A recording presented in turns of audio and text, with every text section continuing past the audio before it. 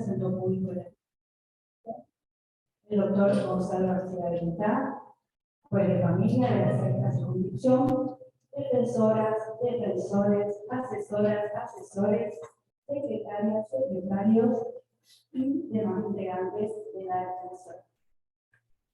A continuación, a la jornada, a la jueza del Superior Tribunal de Justicia, doctora Isabel María Guido, y seguidamente dirigirá la palabra a la defensora general, doctora Alicia de Alvarado. Escuchamos.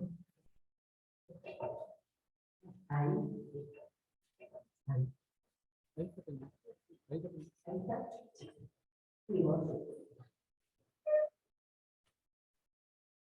Buen día.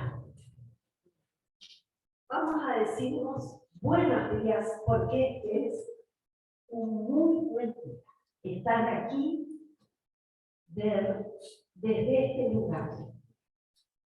Tantos rostros que nos sonríen, expectantes, emocionados, esos rostros que son parte de nuestra vida. Y es una maravillosa oportunidad, además de emocionarnos, realmente emocionarnos, porque así me siento. Y es tan sanador percibir una justicia de rostro humano, como nos pedía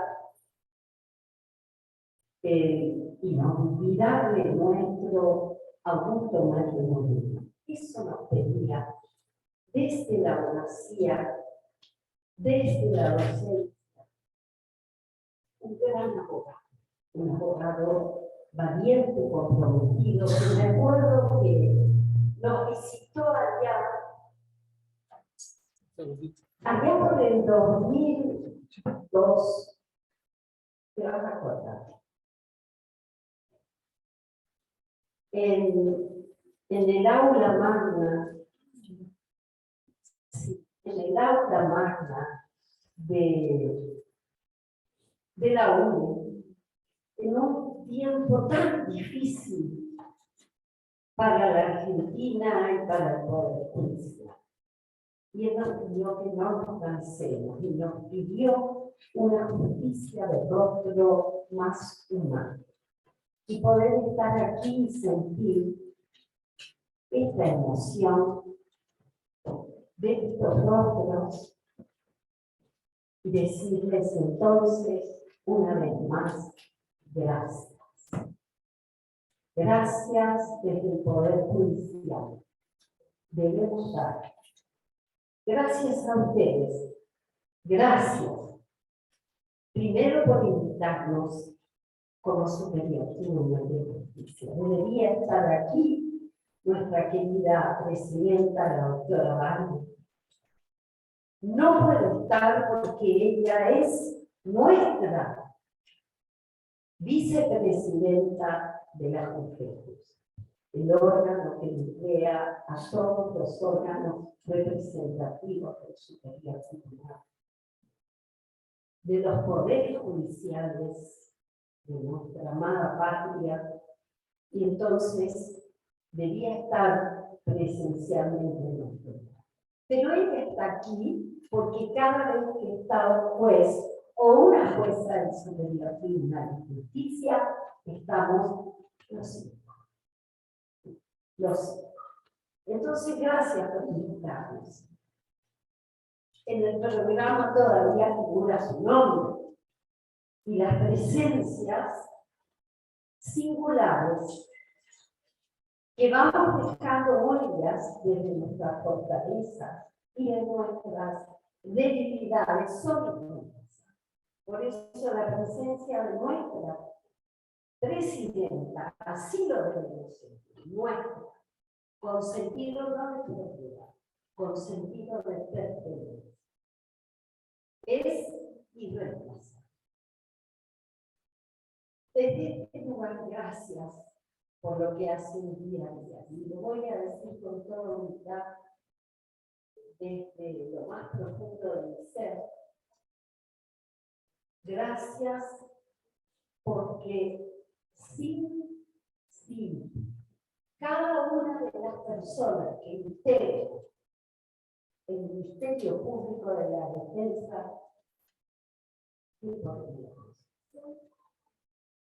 ¿Qué respuesta real en términos de resultados eficaces, posibles, que podemos dar? Porque no son los resultados eficaces que muchas veces queremos y que debiéramos dar desde el poder judicial. Desde nuestra humanidad, resultados posibles, resultados humanos, resultados perfectos. Desde este lugar, gracias a mí, no voy a dejar de confesar y compartir desde mi humilde lugar algo que recordaba recién viniendo desde la vida. Compartir esto que quiero que nos figure en prensa y que quede como algo, bueno, así, coloquial. Transmitirles que mi sueño, el sueño de Chavela, era ser defensora pública.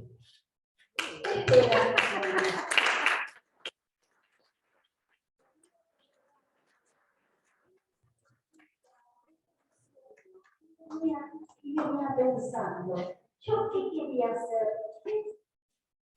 Yo quería ser jueza. Esto no lo vamos a ver en prensa, ¿eh? Esto es chiquitito. No era mi sueño llegar a su mediatura de justicia de provincia. Mi sueño era ser actriz y ser abogada. Ser abogada, no abogada en ejercicio de la profesión autónoma. Mi madre era abogada y me inculcó el amor desde el seno materno a la abogacía. Pero mi sueño era ser, en ese entonces decíamos, defensora oficial. Ese era mi verdadero sueño y no lo pude concretar. Por eso, cada vez que ustedes me invitan y cada vez que tengo que poner la vida en el Ministerio Público de la Defensa, y aquí está el sentido homenaje a cada una de las personas que honran, que defienden, que templan, que enamoran y que pacifican como parte del Ministerio Público de la Defensa, con recursos escasos, administrando con inteligencia de poco dinero. Y sin embargo, honrando, defendiendo de manera inclaudicable a cada persona y a cada titular de derechos, de intereses legítimos y de intereses simples que recurren a nuestro auxilio y mejor de ese primer paso, que a veces es el segundo paso, porque la defensa es el primer paso, porque la defensa es sagrada. Y cuando la defensa, esa defensa sagrada y claudicante, que siempre debe estar, porque la acusación puede derrotar. Y el ámbito del proceso penal debe ser la acusación luego de la investigación, el primer paso, y después viene la defensa. Sin defensa no podemos hablar de un proceso justo. Así que, sin cada uno de ustedes y cada una de ustedes,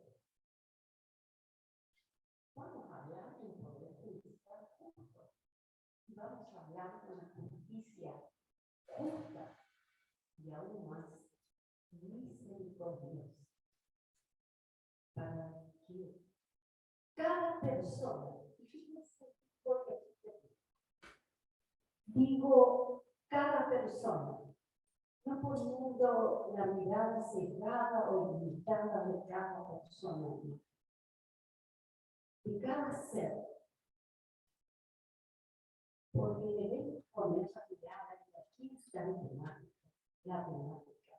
Y esto debe ser un imperativo que debe guiarnos en futuros encuentros. Debemos poner la mirada a los sujetos y las sujetas que nos reclaman muchas veces desde el silencio y otras veces desde el grito, desde ese grito de la naturaleza. Porque hay otros sujetos y sujetas de derecho y de intereses que merecen la respuesta. Y esa respuesta, desde la situación de vulnerabilidad, tema que pido que nos ocupemos diariamente, la cuestión de la vulnerabilidad. Esas vulnerabilidades que no significan de ningún modo que impongamos respuestas. Ustedes saben de qué se trata, porque ustedes se ocupan desde cada lugar de esas vulnerabilidades, que desde los gritos, y a veces gritos de silencio, vienen de nuestro ser. Gracias. Perdón, perdón. Como jueza, como ciudadano, porque muchas veces las respuestas no llegan a ustedes. Mi respeto, mi homenaje, mi dignidad y mi pedido. No claudiquemos. Gracias, Miache, desde este lugar maravilloso y muy emocionada, porque estamos, porque podemos darnos este abrazo, porque podemos dar las gracias y porque, sobre todo, porque somos sobrevivientes y hoy podemos estar. Miache, Miache, Miache.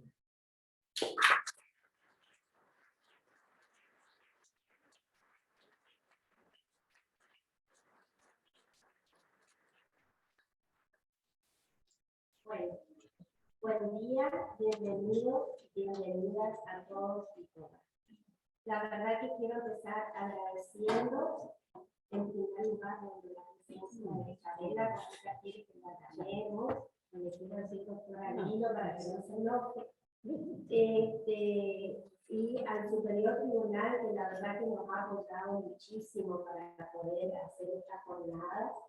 Quiero agradecer a los defensores de la quinta circunscripción, especialmente a Enrique Reynoso, al asesor que me ha ayudado, nos ha ayudado en todo, al Centro de Estudios Judiciales, al CRES, acá, este lugar donde estamos, que es tan necesario para una comunidad como General San Martín, y que se brinda con tanta solidaridad, porque la verdad que acá se desarrollan un montón de actividades. Y quiero agradecerles a todos y todas, cada uno de ustedes que están presentes esta mañana, porque la verdad que es una enorme alegría poder encontrarnos personalmente después de la pandemia. General San Martín estuvo esperando 2 años para hacer esta jornada. Así que para mí es un momento de inmensa alegría. Bueno, dicho esto, algunas pequeñas reflexiones sobre la importancia y el avance de la defensa pública, no solo a nivel nacional, provincial, sino también a nivel mundial. Hace mucho que venimos entendiendo que no solo somos defensores y defensoras técnicos, a lo mejor especializados en una rama del derecho, sino que nos hemos convertido en defensores de derechos humanos. ¿Y eso por qué? por la incorporación de los tratados en el artículo 75 y 122 de la Constitución Nacional, por las reglas de Brasilia y por la cantidad de resoluciones de la OEA que se vienen dictando a favor de la defensa pública desde el año 2011. Pero esta nueva función, la de ser defensores de derechos humanos, que tratamos de desempeñar bien, merece una protección especial. Es decir, como decía el maestro Cárdenas, debemos cuidar a los que cuidan. Y ustedes, todos los que están acá, son cuidadores. No solo los funcionarios y las funcionarias, sino todos los agentes que integran la defensa pública. Porque en este rol de cuidado es tan importante la persona que atiende en esa entrada hasta en la ordenanza. Este cuidado debe manifestarse en distintos aspectos que van desde la provisión de recursos materiales y humanos, recursos propios quizás que soñamos algún día tener para poder cumplir con la política institucional que como organismo autónomo tiene la defensa pública del Chaco. Pero ¿por qué es necesario esto? ¿Acaso nosotros los defensores públicos tenemos algún privilegio sobre los distintos agentes del Estado? Y sí, tenemos un gran privilegio. Y el privilegio que tenemos nosotros es el de atender a las personas en mayor situación de vulnerabilidad de la sociedad. Ese es nuestro único y gran privilegio. Y para poder hacerlo correctamente es que necesitamos estar cuidados.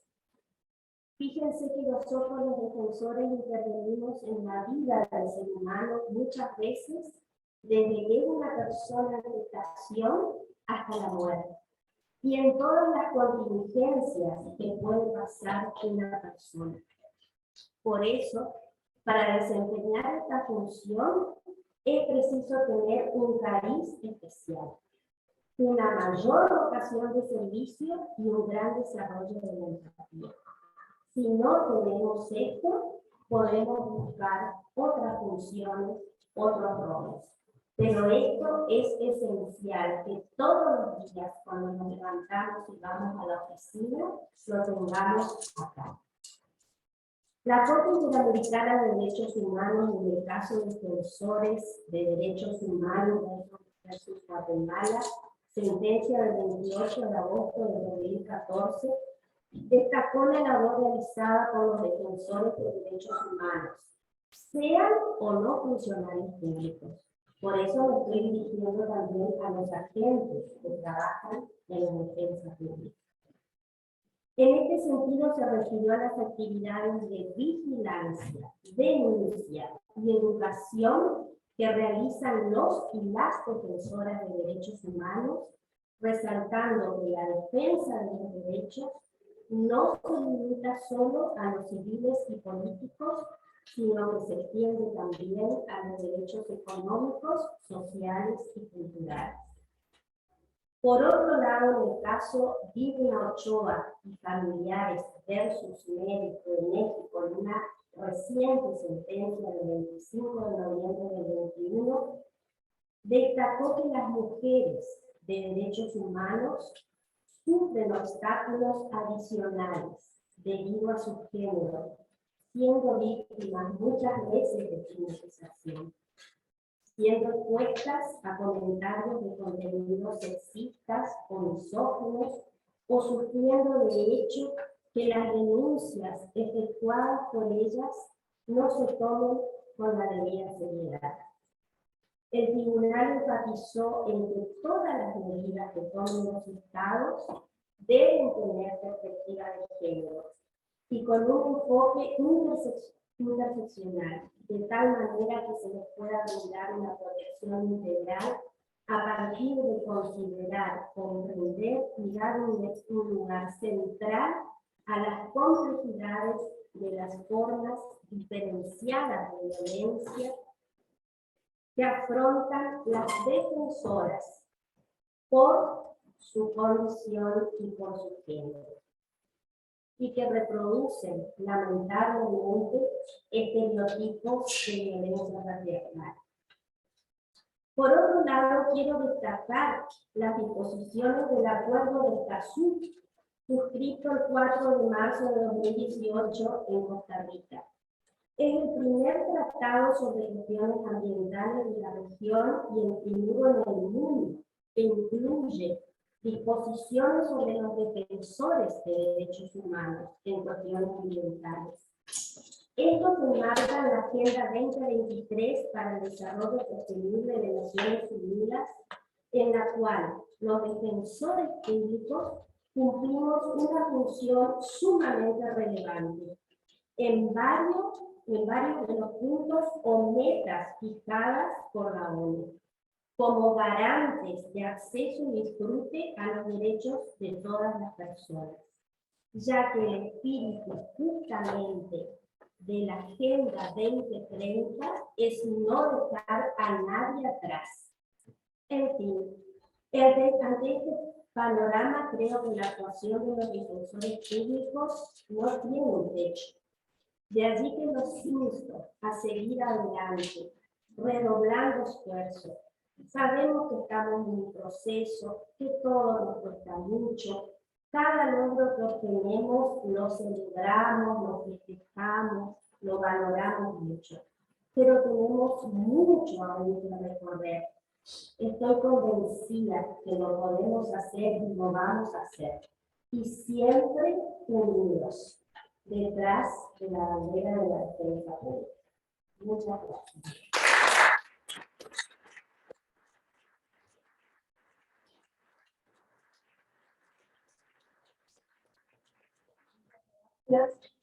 De esta manera, entonces, damos por iniciada la sexta jornada del Ministerio Público de la Defensa de la Provincia de Chaco. Un aplauso de vuelta.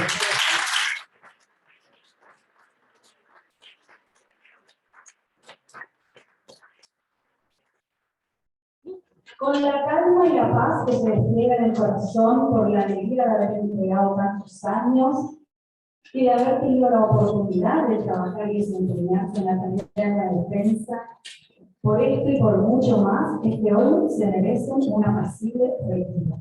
A continuación, se realizará un reconocimiento a las y los agentes del Ministerio Público de la Defensa que se acogieron a los beneficios de la jubilación en los años 2020 y 2021.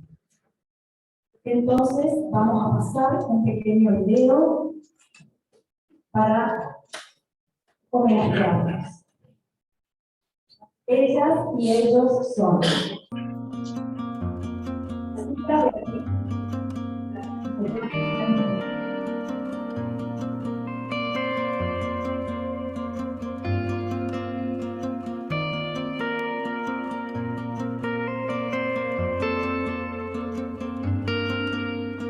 Alicia Fernández de la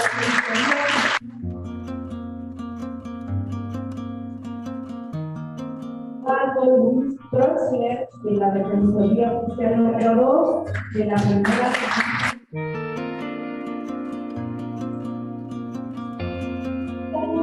de la Defensoría Oficial número 1, también de la primera.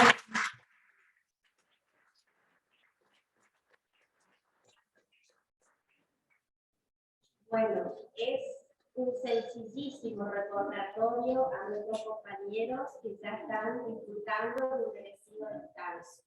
Pero a los que están conectados y después va a quedar grabado, Eduardo Luis Troxler, Alcira Pérez, Nieves Fernández, Ramón José Noguera, Lilia Inés Bonatti. Desde toda la defensa pública les agradecemos los años brindados al Poder Judicial, los años también que hemos compartido principalmente con los compañeros de trabajo, y seguro que todos y cada uno de ellos han dejado una huella. Así que un beso grande, lamentablemente no pudieron estar acá presentes, pero no queríamos dejar de pasar esta oportunidad para agradecerles su trabajo. Gracias.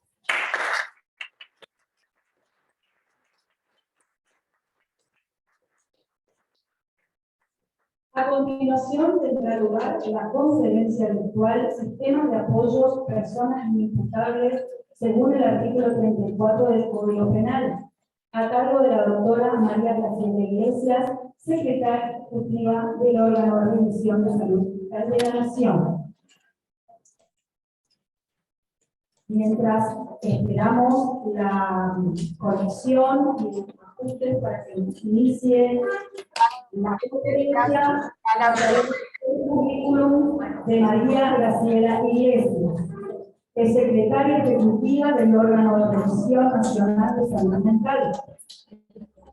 Fue jueza del Tribunal de Familia número 1, docente en la maestría de salud mental comunitaria en la Universidad Nacional de La Luz y en la maestría en Derecho de Familia, Infancia y Adolescencia de la Universidad de Buenos Aires.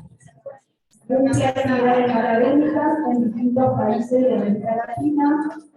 Ha publicado numerosos artículos en revistas y libros especializados en la medicina y en la gestión. Si está conectada ya la doctora María Graciela Iglesias, entonces iniciamos la conferencia virtual Sistemas de Apoyo Personas Inimputables según el artículo 34 del Código Penal. Bueno, muy buenos días y felicitaciones y celebrando que pueda realizarse una jornada de esta importancia después de 2 años de pandemia y todas las circunstancias que esto nos ha atravesado, y especialmente agradecer a la Defensora General por pensar que pudiéramos hacer algún aporte en esta jornada. Lo primero que quisiera decir es que lo que nos trae hoy a analizar y que donde quizás necesariamente tenga que repetir conceptos que ya están absolutamente sabidos, pero que es necesario reforzarlos y confrontarlos para entender qué es lo que está sucediendo en materia de inimputables. Y desde ahí, que lo que decía, que lo primero que quiero decir es que no es propio de una región, no es una situación aislada, es una situación que atraviesa a lo largo y a lo ancho de nuestro país, y donde imprescindiblemente el grado en que se ha llegado con la situación de las personas que son declaradas inimputables, incluso aquellas que están cursando un proceso penal, y que después están bajo la medida de seguridad, entre comillas, después ya vamos a hacer una referencia de esto, es de tal gravedad que creo que ha llegado el momento en que el Estado tome las cartas en el asunto de manera intersectorial,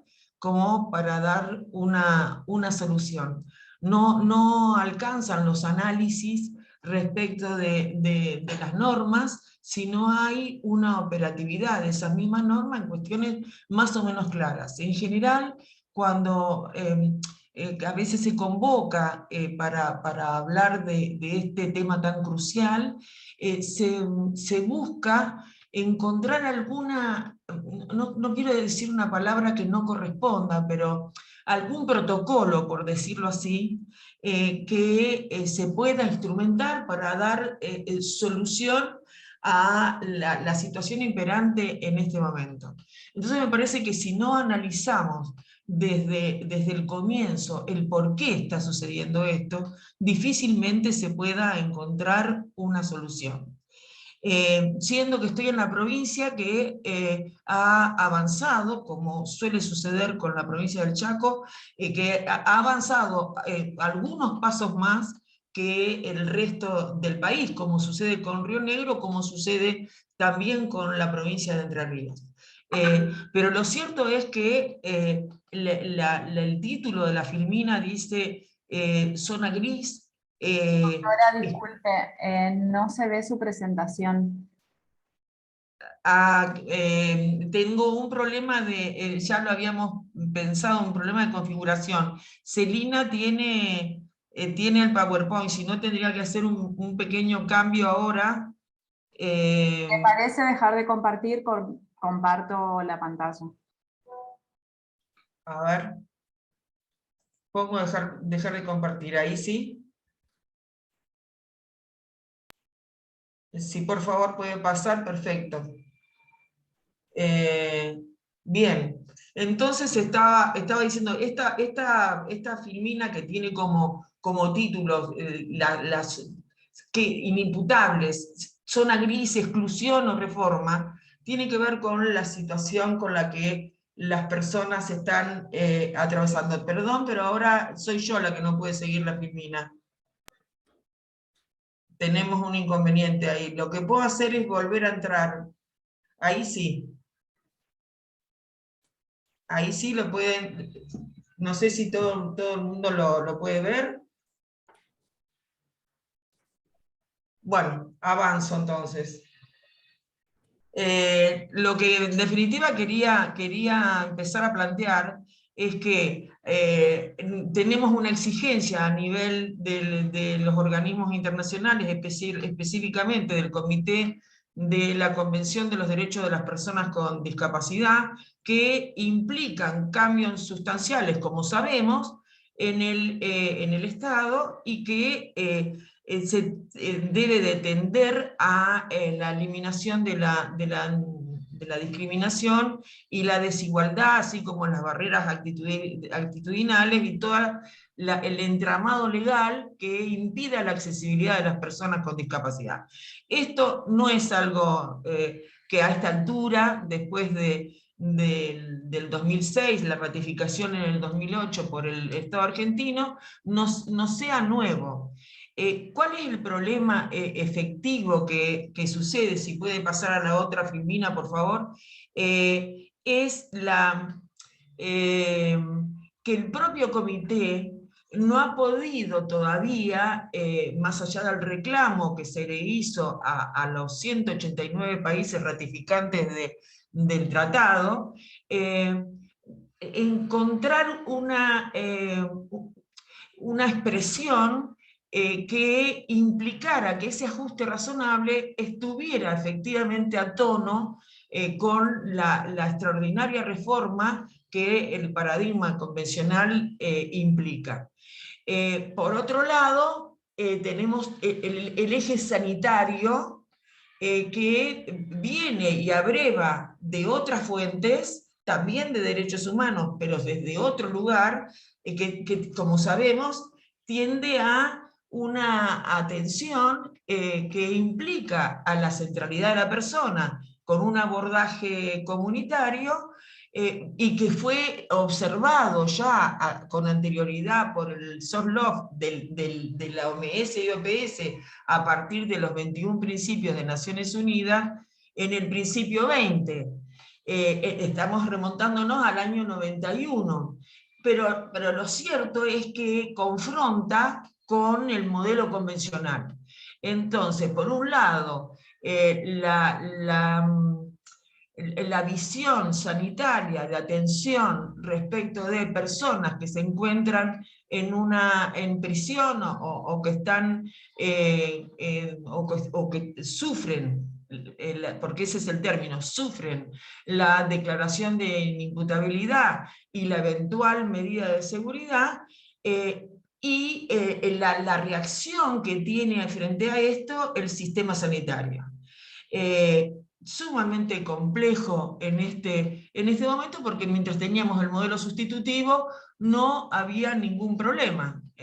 estaba claramente determinado los lugares, los guetos, podríamos decir, donde las personas que cursando con una condición de discapacidad, cursando un proceso penal, eran absolutamente invisibilizadas y siempre dependen de la intervención eficaz de la defensa para hacer visible la voz o el derecho, pero no con un protagonismo que le permitiera realizar, a través de los ajustes razonables, poder tener un debido proceso de acuerdo a la especificidad que también tiene su condición de discapacidad. Entonces, la primera situación la tenemos ahí, digamos, cómo choca, cómo confronta, si puede pasar a la otra filmina, los dos sistemas. ¿Qué pasó con la ley 26657? No nos dimos cuenta los que participamos de la discusión en aquel momento en relación a tantas jornadas que se hicieron y que convocaban a los que proveníamos del ámbito jurídico. Sí, esto se planteó en su momento.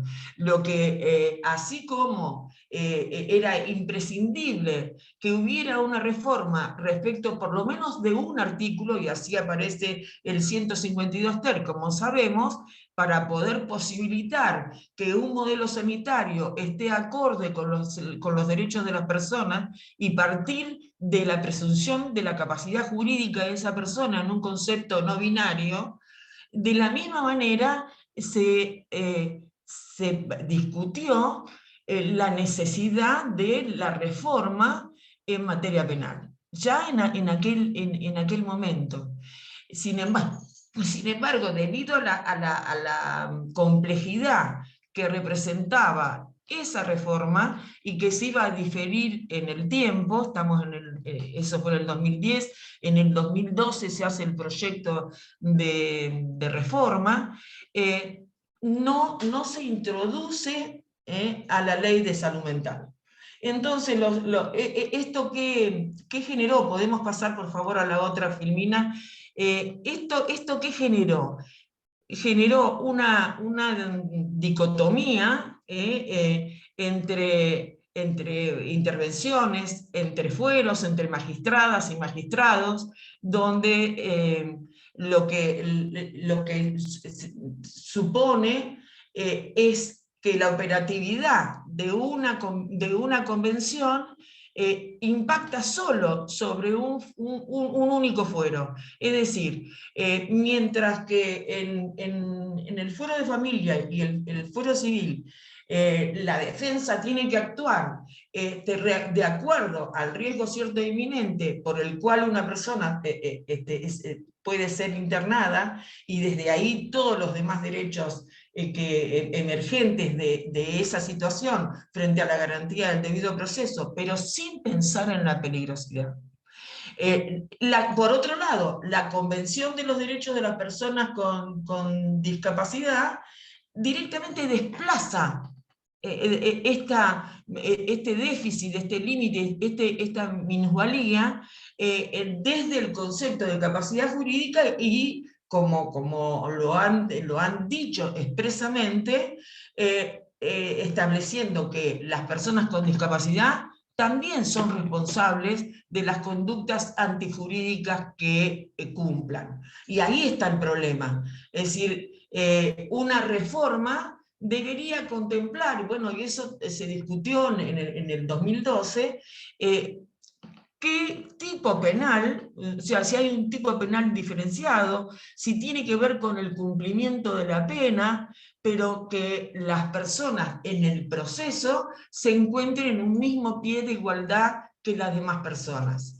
Situación que no sucede porque, como sabemos, el proceso penal mantiene criterios de peligrosidad, mantiene lo que es la esencia del derecho criminal para calificar justamente la mayor o menor peligrosidad, y habla hasta de un riesgo potencial, o sea, ya no por la situación en la que se encuentra jurídicamente la persona, sino también por lo que a futuro esa persona puede hacer.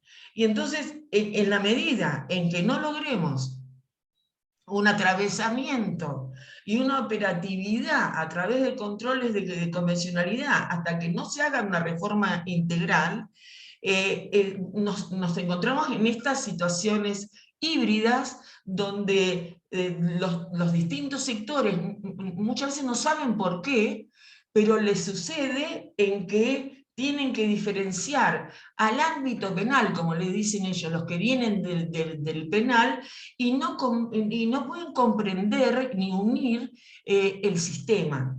Entonces, el sistema es, porque uno viene desde un costado, como sabemos, el 34, de un modelo sustitutivo, positivista y peligrosista, de que no contempla la especificidad y sobre todo el igual reconocimiento como persona ante la ley que establece el artículo 12 de la Convención. Por lo tanto, no es cierto, o por lo menos desde la experiencia que tenemos como órgano de revisión, llevando adelante múltiples situaciones de personas declaradas inimputables, no vemos que efectivamente se realicen los ajustes razonables o se otorguen los apoyos frente a la declaración de inimputabilidad y mucho menos posteriormente a la declaración de inimputabilidad con una medida de seguridad. Entonces, si podemos pasar más o menos ordenado las Filmina, le agradecería. Yo traje acá, es la cuarta, bueno, está bien, dejemos ahí.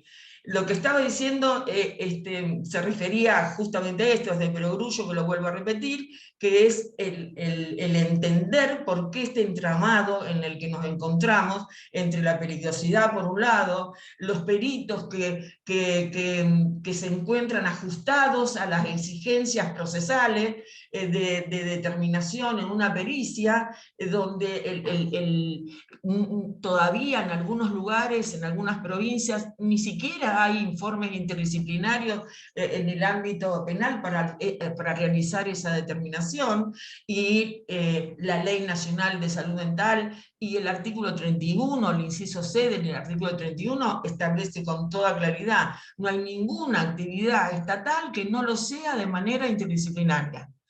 Y porque si trabaja la interdisciplina, entonces la persona tiene una posibilidad de que esa integralidad que representa de derechos, ese centro de imputación de derechos que representa, sea tenido en cuenta, aun cuando no se haya hecho la reforma. Por otro lado, la ley de salud mental y su criterio de riesgo cierto e inminente, que causa estas conflictividades en relación a la determinación de qué quiere decir.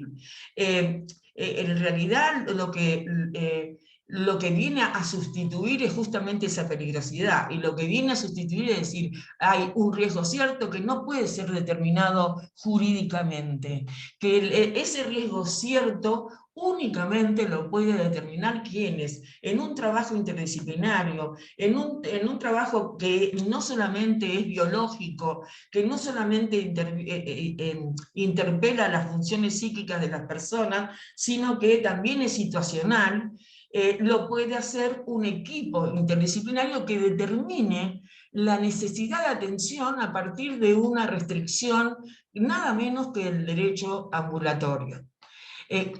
Mucho más cuando el agravamiento lo produce una medida de seguridad, por ejemplo. Muchísimo más cuando está en juego la declaración de inimputabilidad. Y está bueno pensar que no es más un mecanismo de defensa. En algún momento se ha pensado que si se obtenía, por decirlo de una manera grosera, la declaración de inimputabilidad, había como una mayor garantía para un defendido o defendida. La historia, la jurisprudencia y la situación actual demuestra que es todo lo contrario. Y por otro lado, tenemos las observaciones del comité, que le dijo en el 2012 a la República Argentina, al Estado argentino: Estado argentino, elimine la tutela, elimine la curatela y realice los ajustes razonables y con apoyos en todo el proceso hasta la declaración de inimputabilidad. Pero después del 2012, el comité fue mucho más allá, y a partir de Ecuador en adelante, a todos los demás países, les ha solicitado la eliminación de la medida de seguridad. En esa situación, entonces, la que la defensa tiene que moverse. Sí, por favor, voy a pasar a la siguiente filmina. Y en esta situación, esto me parece importante, que es lo que les decía, el comité en sus directrices sobre el artículo 14 de la Convención, expresamente dice, y me voy a tomar el atrevimiento de leer: a lo largo de todos los exámenes de los informes de los Estados partes, el comité ha establecido que es contrario al artículo permitir la detención de personas con discapacidad sobre la base del peligro percibido de las personas para sí mismas o para los demás, peligro para sí, peligro para tercero. La detención involuntaria de personas con discapacidad por riesgo o peligrosidad, supuesta necesidad de atención o tratamiento u otras razones vinculadas a la deficiencia o diagnóstico de salud, es contraria al derecho a la libertad y constituye privación arbitraria de la libertad. Todas las personas, incluidas las personas con discapacidad, tienen el deber de no hacer daño. Los sistemas jurídicos basados en el Estado de Derecho cuentan con leyes penales y de otro tipo para hacer frente al incumplimiento de esta obligación. Es decir, artículo 12, igual reconocimiento como persona ante la ley, hecho antijurídico y culpable, tendrá que tener la accesibilidad, los ajustes y los apoyos necesarios, sin confundir, cuando hablamos de apoyo, lo que el apoyo es. Si podemos pasar a la siguiente, para ir en un tema muy difícil, terriblemente difícil, donde en la práctica, cuando queremos operativizar las observaciones,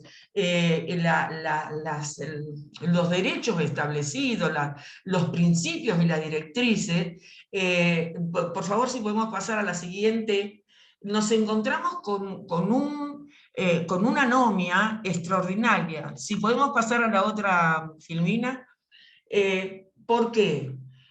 Porque hay situaciones que son absolutamente difíciles de contemplar por fuera de un diagnóstico. Y esta es una realidad. En este mismo momento, una persona que fue declarada imputable durante todo el proceso por el homicidio de 2 adolescentes, se modifica el carácter, se declara la inimputabilidad y hay una reacción social en los medios, digamos una condena que resulta un agravamiento a la situación anterior. Digamos, la proporcionalidad y la razonabilidad en esto juega una instancia sumamente importante. Yo quería, y les había traído, si podemos pasar a otra filmina, donde hay un cuadro, un Excel, acá. Si yo traje esto, que es lo que venimos trabajando en el órgano de revisión nacional, a consecuencia de la situación que se genera con todo esto. ¿Y cuál es la situación que se genera? Se cristaliza la jurisdicción. Lo que nosotros sostenemos es decir, bueno, se cumple con el proceso penal, hay una declaración de inimputabilidad, pero el fuero penal, en la operatividad convencional y en el control de convencionalidad y con las normas de orden público de la ley especial, retrae su intervención, dicta un sobreseimiento, dicta el cese de la medida si lo hubiera, y entonces esa persona va a estar dentro de la normativa y ante la jurisdicción que le cabe.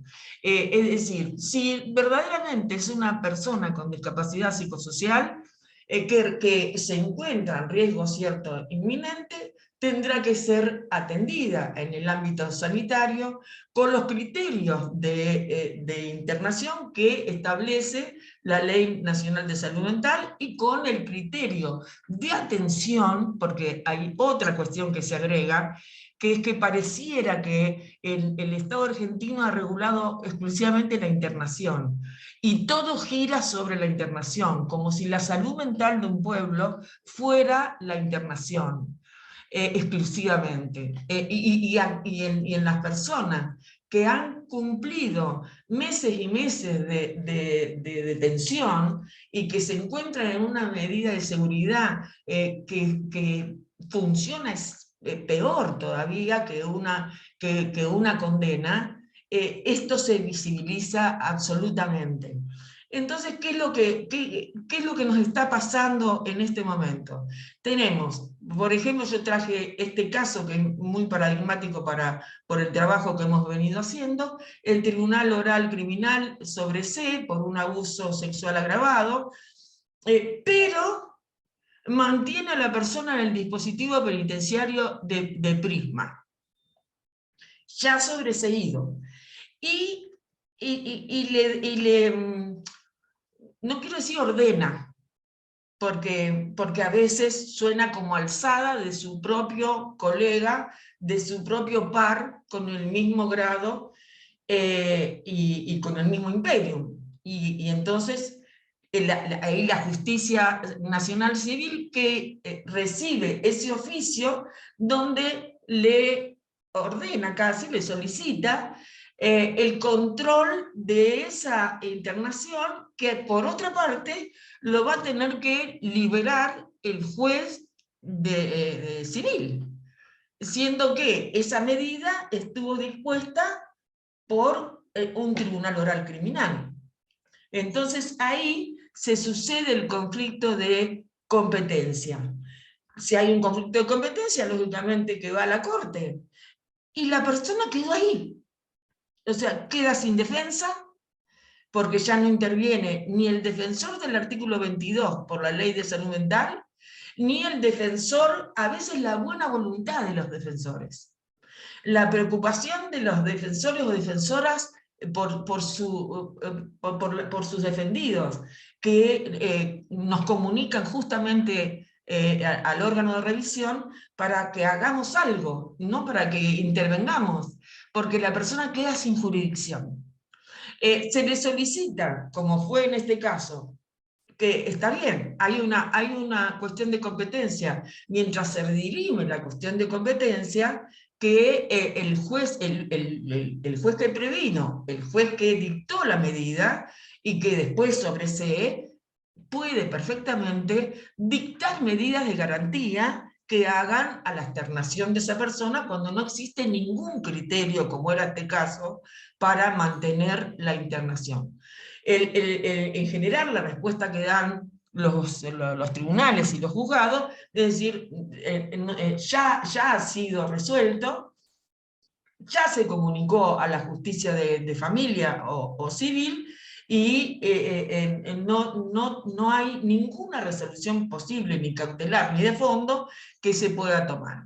Y entonces la persona queda innecesariamente atrapada en un circuito cuando el derecho que tiene es a una externación inmediata, y que no tiene por qué estar en un dispositivo penitenciario que por otra parte no atiende inimputables, sino atiende la salud mental de aquellas personas que se encuentran cumpliendo condena, y esto también lo ha definido Prisma en una resolución, y ahí aparece un recorrido que va casi pidiendo por favor jurisdicción, pidiendo medidas cautelares, hablando,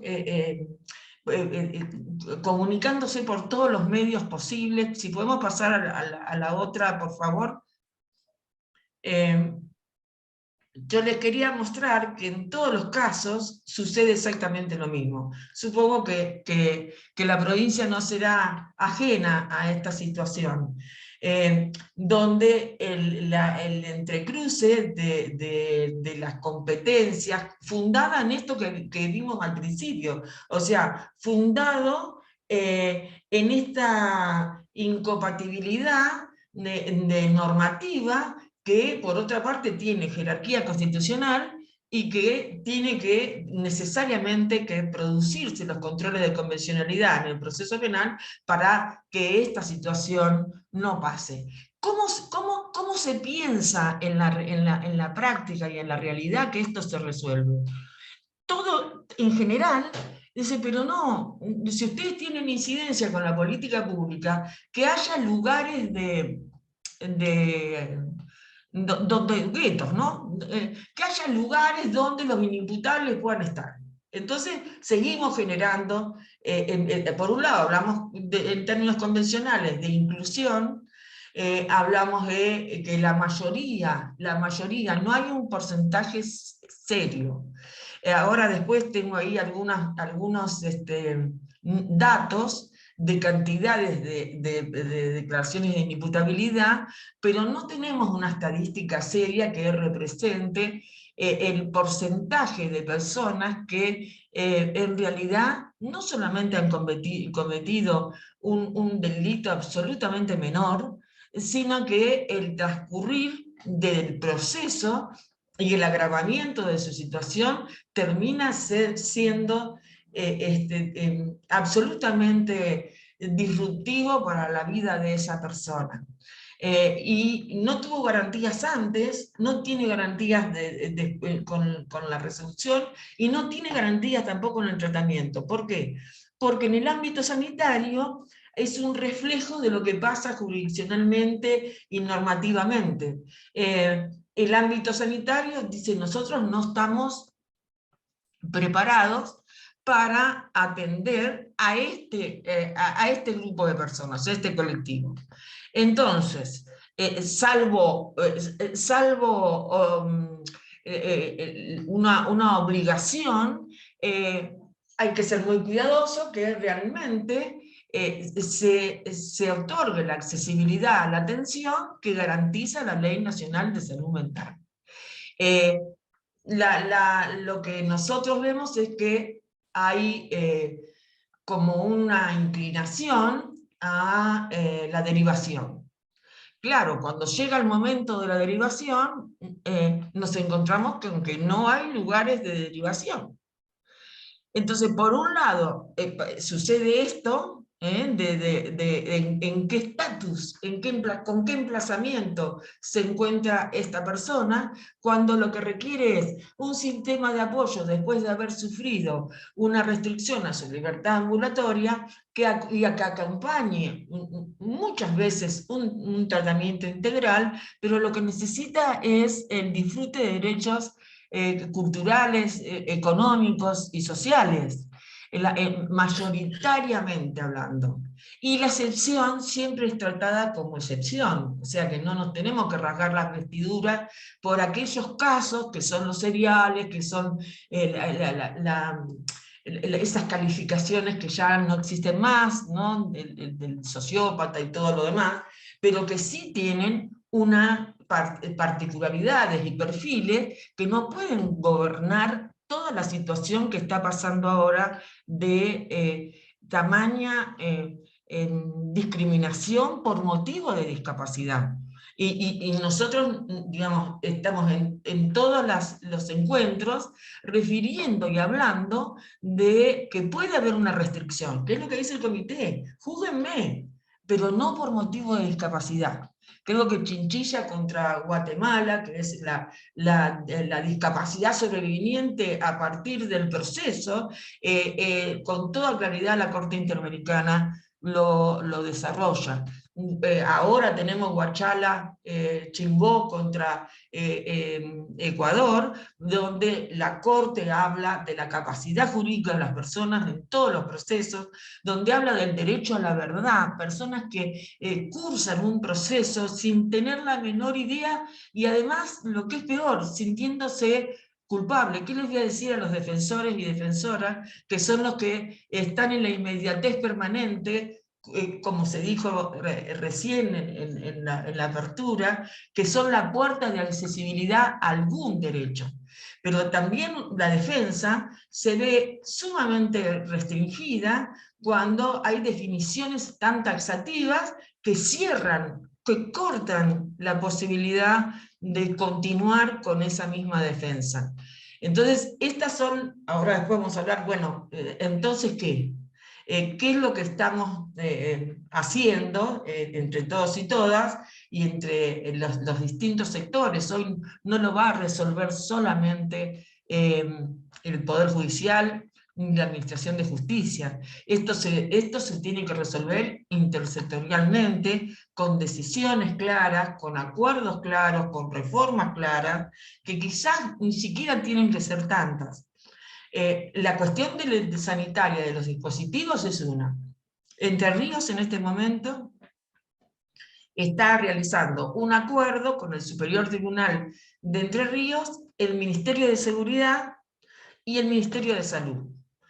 El tema es la lógica, porque yo me atrevía a decirles, si esto lo hacen en la órbita del Ministerio de Seguridad, ¿para qué vamos a hacer todo el análisis que hacemos de la accesibilidad, los apoyos, el ajuste, la inclusión, la vida independiente, la desinstitucionalización? Porque la verdad muchas situaciones se generan por el propio sistema y después se resuelve con una declaración de inimputabilidad que implica por sí la internación y ahí quedamos. Pero esa persona tiene derecho a la vida. Y entonces, para tener derecho a la vida, tiene que tener cómo, y tiene que ser accesible esto que estamos diciendo. Si por favor pasamos, y les voy a pedir que me vayan marcando el tiempo para no excederme. Podemos pasar, porque estas son todas situaciones que les quedan acá, que estamos trabajando, que hemos trabajado, que por suerte la justicia de familia, o la justicia civil, pero la justicia de familia es receptiva, es verdaderamente la justicia de la paz, ¿no? Y entonces también la flexibilidad, la apertura, la trascendencia de la Ley Nacional de Salud Mental en los conceptos ontológicos que tiene la ley, y no esto de que si internación sí o internación no, posibilitan entonces que finalmente, después de muchas luchas, las personas puedan encontrar una posibilidad de vivir en el afuera. Y que no necesariamente todas las situaciones tengan que ser que tienen que ir a un dispositivo de inimputabilidad. Estuve en la provincia el día en que se festejaba que una persona inimputable pudiera externarse del dispositivo. Ahí también la defensa pública y el órgano de revisión muestran cómo se puede incidir para un efectivo goce de los derechos, independientemente de todo lo que queda. Si podemos pasar de filminas, por favor. Quería mostrar, para hacer un resumen de lo que en el cuadro estaba poniendo, les decía que creo que quedó claro, ¿no? Que lo que sucede, digamos, lo que sucede es que se finaliza el proceso penal, se sobresee a la persona, se suspende el proceso y después se mantiene a la persona en el dispositivo penitenciario, sin ningún criterio para que puedan estar en la mayoría de los casos que hemos tenido de intervención, y son muchos.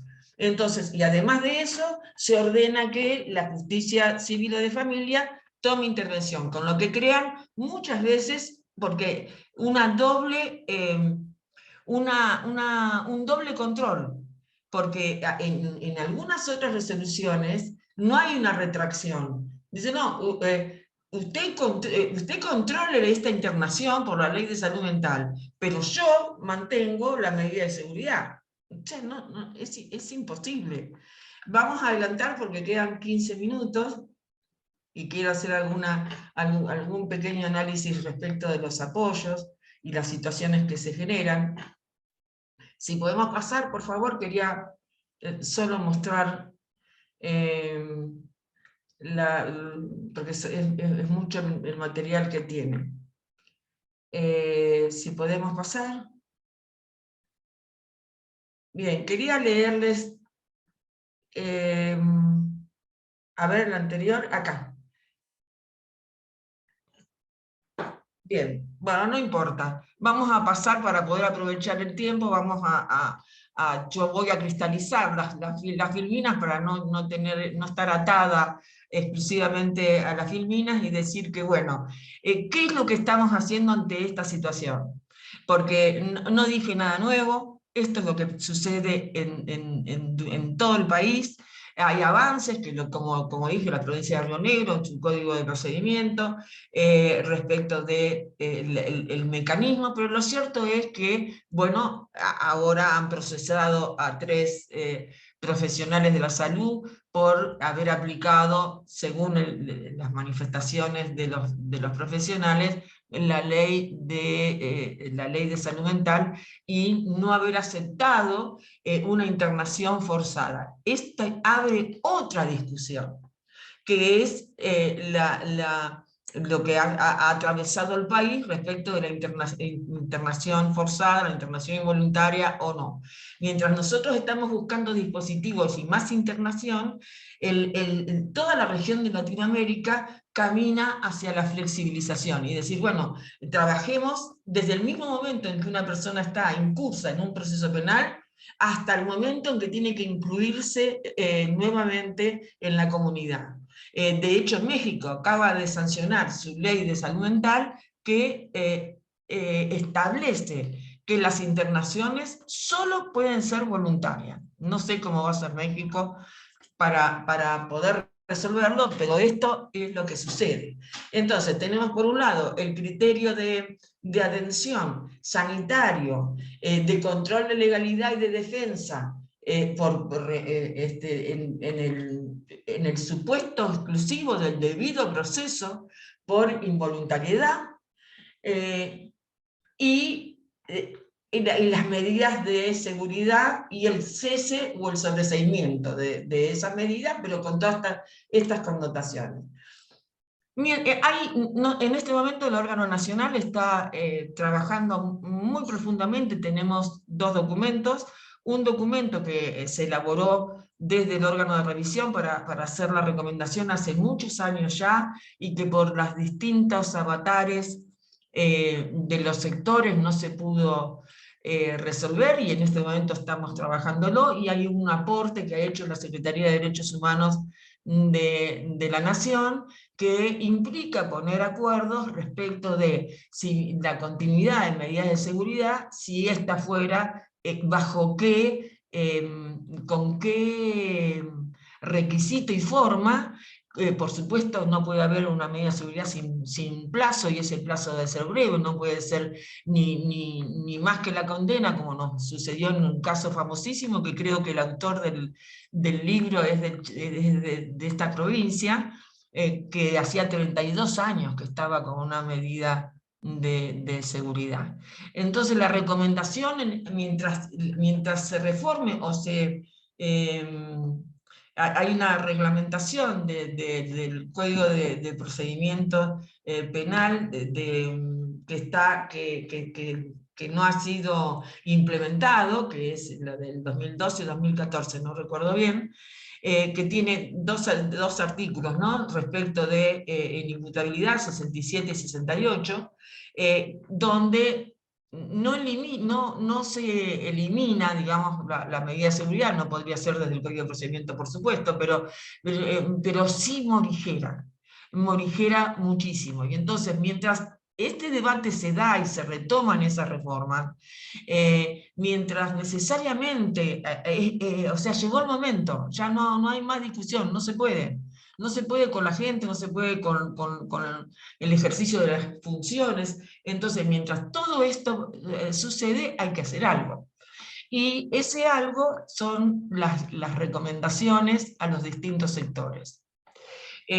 Los acuerdos entre los acuerdos reales entre los distintos fueros por las competencias, y poner en claro el atravesamiento que tiene que tener una ley de orden público de derechos humanos, como es la ley de salud mental, y por sobre ella, muy por sobre ella, la operatividad de la Convención de los Derechos de las Personas con Discapacidad, entre otras, entre las demás, pero específicamente la Convención de los Derechos de las Personas con Discapacidad. La garantía de la defensa desde el mismo comienzo, pero posibilitar que la defensa defienda. Porque en este momento el sistema hace que un defensor o una defensora se vea con severísimas limitaciones para hacerlo. Los acuerdos intersectoriales implican dispositivos alternativos. Se acaba de resolver las directrices por parte del Ministerio de Salud. Esas directrices son fundantes para las provincias que adhieran, para generar procesos de habilitación en distintos dispositivos alternativos, que no es, como decía hoy, el gueto, que no es, ponemos acá a los inimputables, entonces un gran cartel de inimputables. Había propuestas de poner casas que estaban en predios carcelarios, digamos, pero digamos que es absolutamente por fuera de la razonabilidad. Entonces la propuesta, no sé todavía cómo va a ser la recomendación nacional, que sé que vamos a hacer respecto de inimputabilidad, pero estaría basada en estos puntos, ¿no? de que mientras no se cambie, el que hay que cambiar es el 34. O sea, hay que incidir en los distintos sectores y que las resoluciones, las defensas, vayan marcando también ese camino. Eso también forma parte de la función de la Administración de Justicia.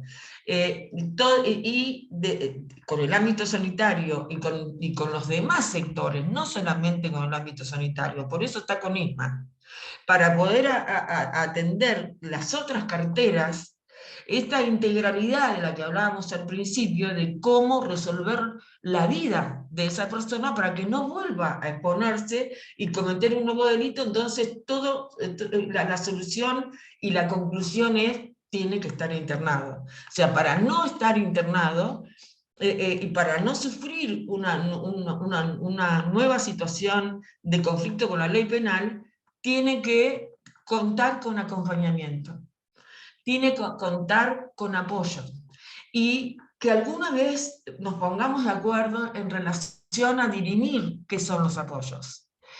Me voy a desviar un poco, creo que más o menos he podido representar la realidad de lo que pasa con la inimputabilidad y la necesidad normativa de una armonización real y efectiva.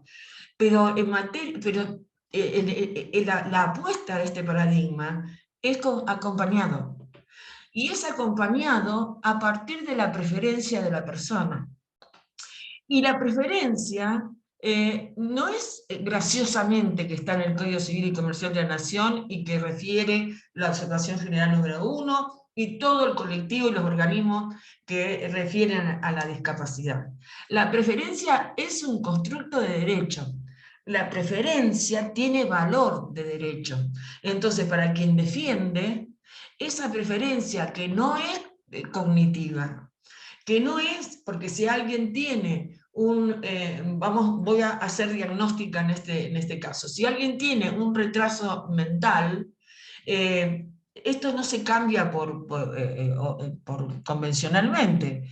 Lo que no es fundante es que sea impactante para el tratamiento, su accesibilidad. Es decir, con esto, que es como cualquier persona, con esto que somos, con esto que hemos atravesado, con el hecho de haber mantenido una situación sine die en internaciones, en detenciones, por cuestiones muy pueriles muchas veces, porque esto del abuso sexual había sido una puerilidad frente a otros delitos que sí existen, pero fue cometido por una persona con discapacidad. Entonces, voy a tomar esos 2 minutos. La diferenciación de lo que el apoyo es, finalmente, para que una persona pueda estar en la comunidad, pueda verdaderamente tener una externación sustentable, como se denomina, pueda estar libre, ejercer su derecho a la libertad. Y hay una confusión que quisiera expresamente decir, que es pensar que un defensor o una defensora es un apoyo que tiene que tener una continuidad en la vida de esa persona. A ver, ahí me parece que hay una desnaturalización de lo que el apoyo es. Primero la división que ya sabemos, los apoyos formales y los informales. Si hablamos de informales, estamos hablando de vida independiente.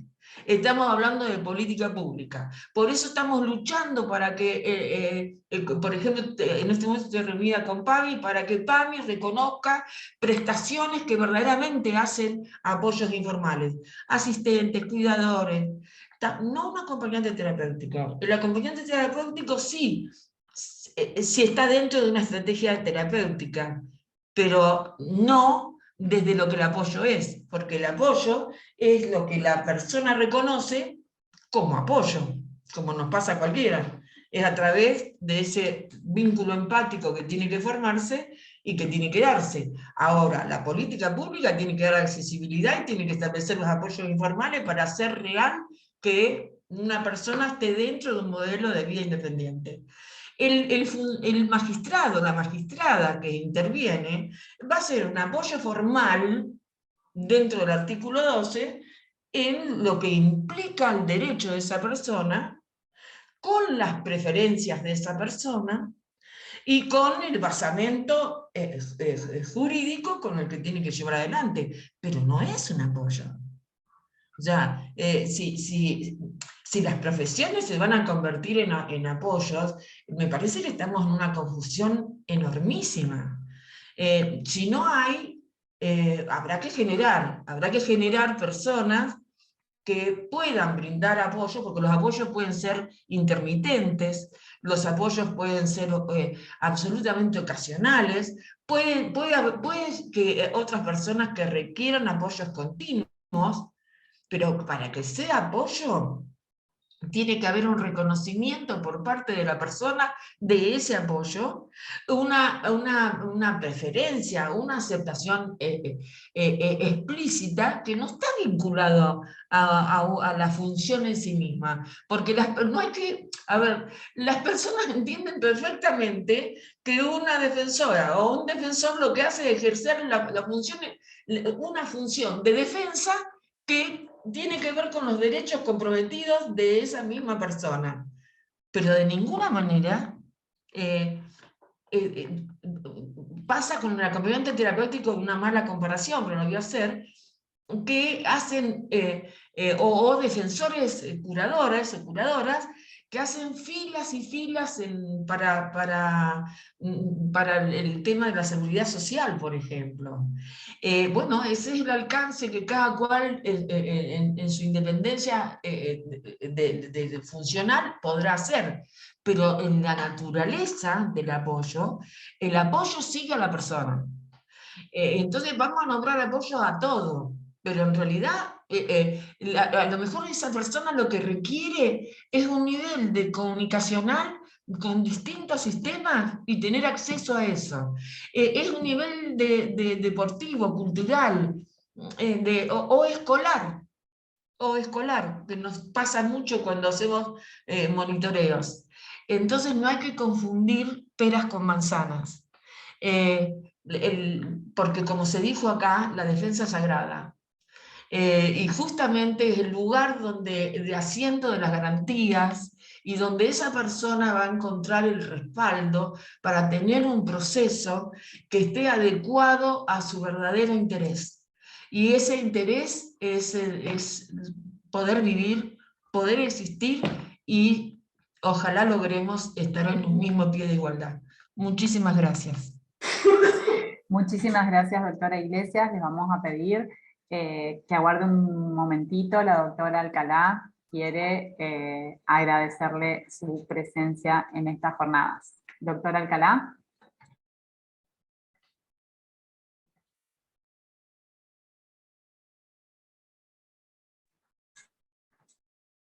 Ahí está.